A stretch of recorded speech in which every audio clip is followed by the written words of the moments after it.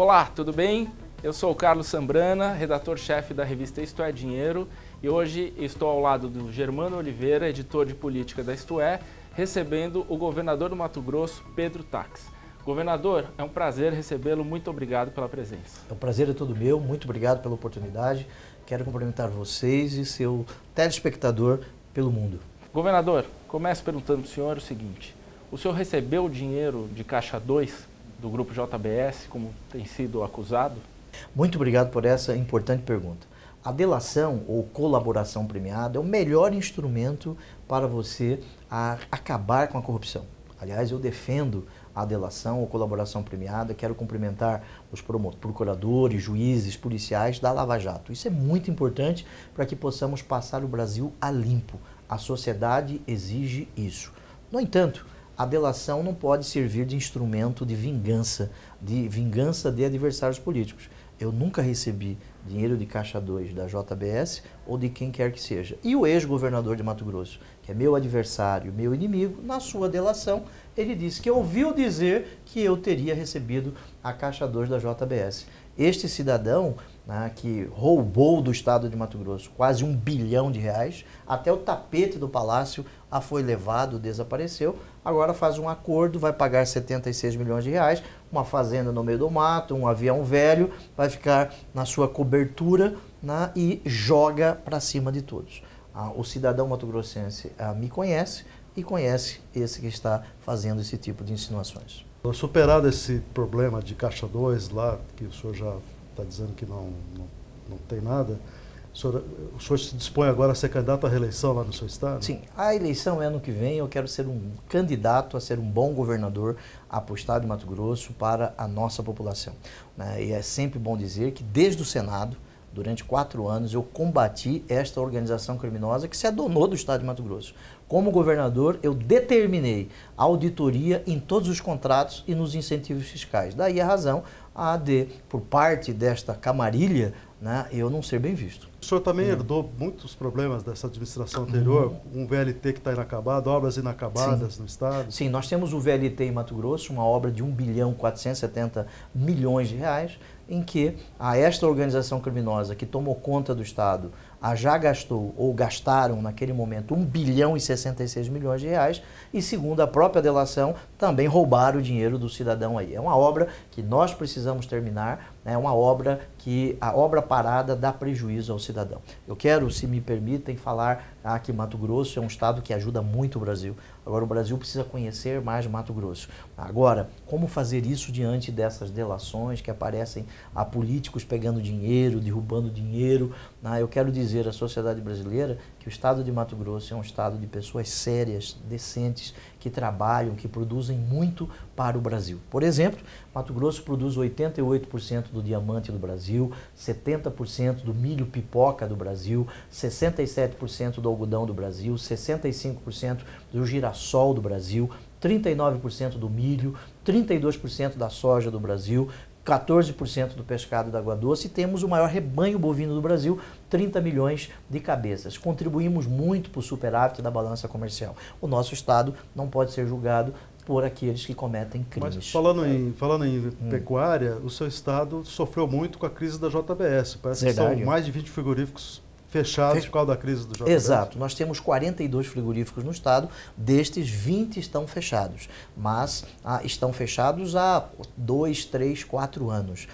Eles estão fechados porque a capacidade de abate dos frigoríficos é maior do que a necessidade de abate. É lógico que com a crise da JBS e da carne fraca, apesar de nenhum frigorífico do estado de Mato Grosso estar envolvido na carne fraca, nenhum deles foi objeto de fiscalização, mas houve a repercussão sim no estado de Mato Grosso destes 2 eventos. De que forma o seu nome envolvido nas delações atrapalha o seu dia a dia como gestor do estado? De nenhuma forma. O meu nome não está envolvido nas delações.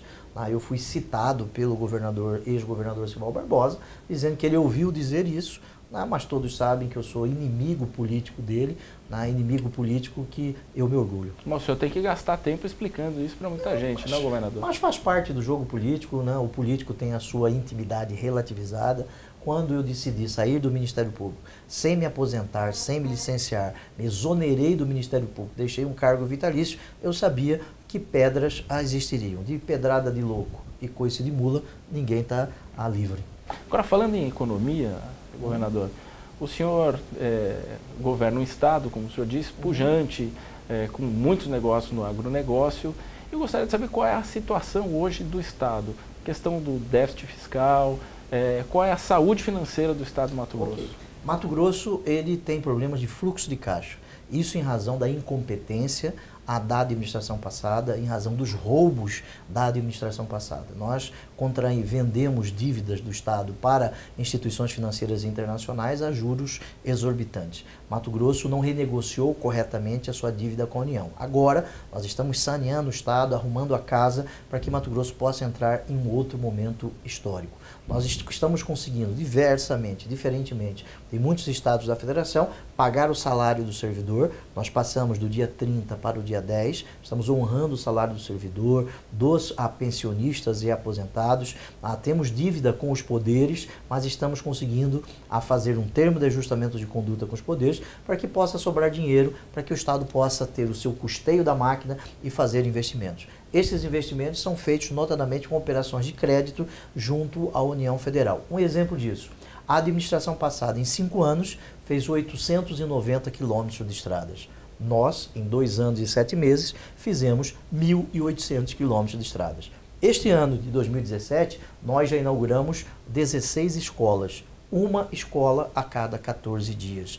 Isto mostra que nós estamos avançando mesmo com a crise que todo o Brasil passa, a maior crise econômica da nossa história. Falando em estradas, parece que o senhor está abrindo, inclusive, estradas que vão dar acesso do Estado para o Pacífico? Sim. De Cuiabá até os portos do Pacífico é mais perto do que de Cuiabá aos portos do Atlântico. Mato Grosso já tem um asfalto até a divisa com a Bolívia, fica a 220 quilômetros, 300 quilômetros a oeste de Cuiabá, até a divisa com a Bolívia já está pavimentada. Faltam 315 quilômetros de São Matias, na Bolívia, a São Inácio, que é uma grande cidade do Departamento Autônomo de Santa Cruz. Estes 315 quilômetros nós estamos conversando com as autoridades bolivianas para que nós possamos, já existe a decisão política lá na Bolívia, que eles pavimentem estes 315 quilômetros, para que nós possamos fazer o comércio interregional e fazer com que os produtos de Mato Grosso possam acessar esse mercado de mais de 160 milhões de habitantes. E a soja do Mato Grosso também pode chegar mais fácil no Japão, por exemplo? Sim, a soja de Mato Grosso pode chegar à China, ao Oriente, com um tempo médio de 15 dias a menos, sem a necessidade das taxas e da passagem pelo Canal do Panamá. Mas nós temos que nos recordar que nós temos um grande morro aí, né? Os Andes estão aí, a Cordilheira dos Andes. Eu penso que o comércio interregional pode ser incrementado, independente da saída ou não da soja para a China. Governador, um dos maiores devedores à União são as empresas. Certo. Você tem bilhões, chega a trilhão a dívida se você somar todas as empresas que devem para a União. Acredito que com o Estado também aconteça isso. Como é que vocês estão renegociando ou trazendo recursos a partir das dívidas das empresas? Okay. Nós, na nossa administração, nós determinamos a vistoria em todos os incentivos fiscais, determinamos auditorias nos contratos e também nos incentivos fiscais e criamos uma instituição chamada CIRA, Comitê Interinstitucional de Recuperação de Ativos, em que, junto com a Procuradoria-Geral do Estado, o Ministério Público, a Polícia Civil, nós chamamos os grandes devedores do Estado e aqueles que têm problemas de ilicitude nos contratos de incentivos fiscais para que eles possam negociar. Daí, o grupo JBS, por exemplo, no ano de 2015, pagou ao Estado de Mato Grosso, na conta do Estado, 379 milhões de reais. E um grande grupo, o Votorantim também, 250 milhões de reais nas contas do Estado, o que mostra que é possível você fazer a coisa certa. E eu digo aos empresários, nós vivemos num Estado capitalista, a iniciativa privada tem que ser valorizada, o Estado não pode ser atrapalhador, cabe ao Estado criar uma ambiência negocial propícia a que tenhamos investimento, desde que não tenha corrupção, desde que o Estado não venda a facilidade para comprar a dificuldade. É isso que nós estamos levando à sociedade mato-grossense e àqueles que querem investir no nosso Estado. Agora justamente tocando nesse ponto, o Estado também está reduzindo o seu tamanho. Sim. O Estado, quando eu digo o Brasil, sim, a União, com esse plano de concessões e privatizações. O Estado do Mato Grosso está fazendo algo parecido também? Sim, nós temos um grande programa de concessões rodoviárias que vamos lançá-lo ainda neste mês de setembro aqui na Bolsa de Valores em São Paulo. E temos parcerias para a construção de ganha-tempo, 8 ganha-tempos no estado, já vou dar a ordem de serviço agora, nesta semana que se avizinha, e também outras obras serão feitas através de concessões e parcerias. Nós temos uma instituição chamada MTPAR, que tem um conselho de PPP. Este conselho analisa a possibilidade de que outras ações do Estado possam se dar através de PPPs. A estimativa é arrecadar quanto? Os trechos que nós vamos colocar sob concessão são os trechos principais em que a produção do Estado de Mato Grosso ela é retirada. Temos certeza que num segundo momento, talvez a partir de 2019, porque nós precisamos, o modelo já está, uma estrutura, a modelagem já está terminada, para que possamos lançar agora no mês de setembro. O Estado ainda não tem este cálculo efetivamente de quanto que poderá ser objeto de arrecadação por parte do Estado. Governador, no seu estado sempre foi considerado o estado que desmata muito as florestas.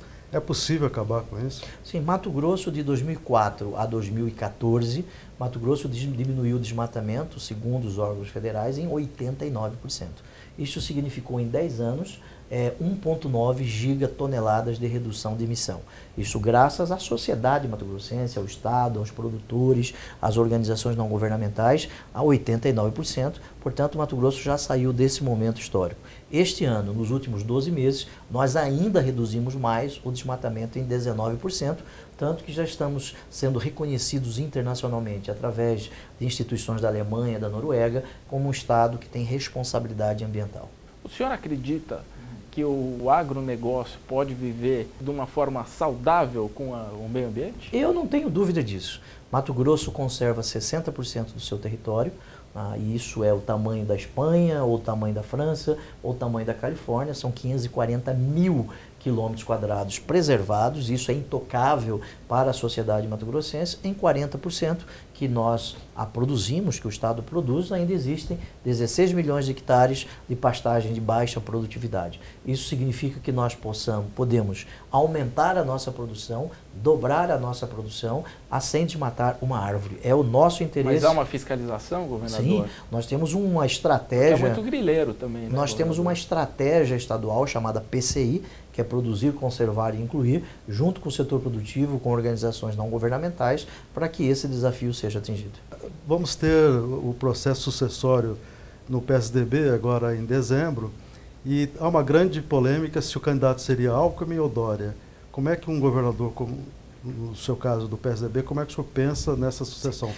Qual seria o melhor candidato? Eu defendo, bom que o partido tenha candidatos, né? Nós temos candidatos, isso mostra a força do nosso partido. Poderia citar também o caso do Perillo, governador de Goiás, poderia citar o caso do senador Tasso Gereissati, né? Eu defendo a realização de prévias e que o partido faça isso no mês de dezembro, para que possamos entrar em 2018 já com o candidato escolhido. E qual é o melhor nome, governador? É bom que o partido tenha vários bons nomes. Outra pergunta que eu gostaria de fazer para o senhor nós estamos começando lentamente a sair de uma grave crise econômica. Ainda o PIB saiu hoje, cresceu 0,2% no trimestre. Como que a crise impactou o estado do Mato Grosso? Mato Grosso é um estado que sempre teve ao PIB o crescimento superior ao Brasil. Quando o Brasil crescia 2, Mato Grosso crescia 4, crescia 8. Né? O crescimento de Mato Grosso é diferenciado do Brasil. Nós fomos, no último quadrimestre, o segundo estado que mais empregou, criou novas colocações do mercado de trabalho. Eu vejo que a economia se encontra em recuperação. É lógico que não pode ter um voo da galinha aqui, né? Recupera, volta, mas, em razão da condução da política macroeconômica pela equipe econômica, eu acredito que nós estejamos já deixando esse período escuro da questão econômica, que prejudicou muito os estados, prejudicou muito a população. Eu tenho a certeza da confiança do mercado nas instituições, apesar desta crise financeira, dessa crise política, mas as instituições estão funcionando. Há uma necessidade no Brasil inteiro de ajuste fiscal. Sim. O Estado está fazendo Sim. algo? Eu penso que a maioria dos estados fizeram o seu ajuste fiscal. Cabe à União fazer o ajuste fiscal. Mato Grosso busca fazer o seu ajuste fiscal. Apresentamos a PEC do teto para estabelecer regras de gasto, só gastar o que se arrecada, porque nós não podemos gastar mais do que arrecadamos. É igual uma dona de casa que administra o seu lar. Agora, para isso, precisamos da reforma da Previdência, precisamos tratar o servidor público com respeito, com dignidade, mas entender que o Estado não serve só para saldar salários. O Estado precisa ter investimentos, o Estado precisa melhorar a vida das pessoas através da construção de políticas públicas. Do seu orçamento, quanto que é investido? 20 bilhões ao nosso orçamento, a sobra é muito pouco para investimento e custeio, em razão do repasse aos poderes e da questão de pessoal. O Estado teve aumento da sua receita, cresceu a receita do Estado, mas os gastos para o pessoal cresceu muito mais ainda, em razão de leis criadas pela administração passada, que foram deixadas como bomba relógio para a nossa administração. Falando em repasse aos poderes, é muito alto esse repasse? O repasse aos poderes, o Estado tem atraso nos repasses aos poderes, mas estamos contando com a compreensão dos presidentes dos poderes para que isso seja parcelado. Mas é verdade que a Câmara recebe mais até do que cidades com Existem muitos habitantes? municípios, grandes municípios, que o orçamento é menor do que de determinados poderes. Mas municípios de que tamanho? Várzea Grande, por exemplo, que é o segundo município do Estado, matematicamente o seu orçamento é menor do que de alguns poderes. De quanto seria? 350 milhões, outros poderes 370, 500 milhões de reais. Tá ok. Ok? Muito obrigado, Ok? governador. Muito obrigado.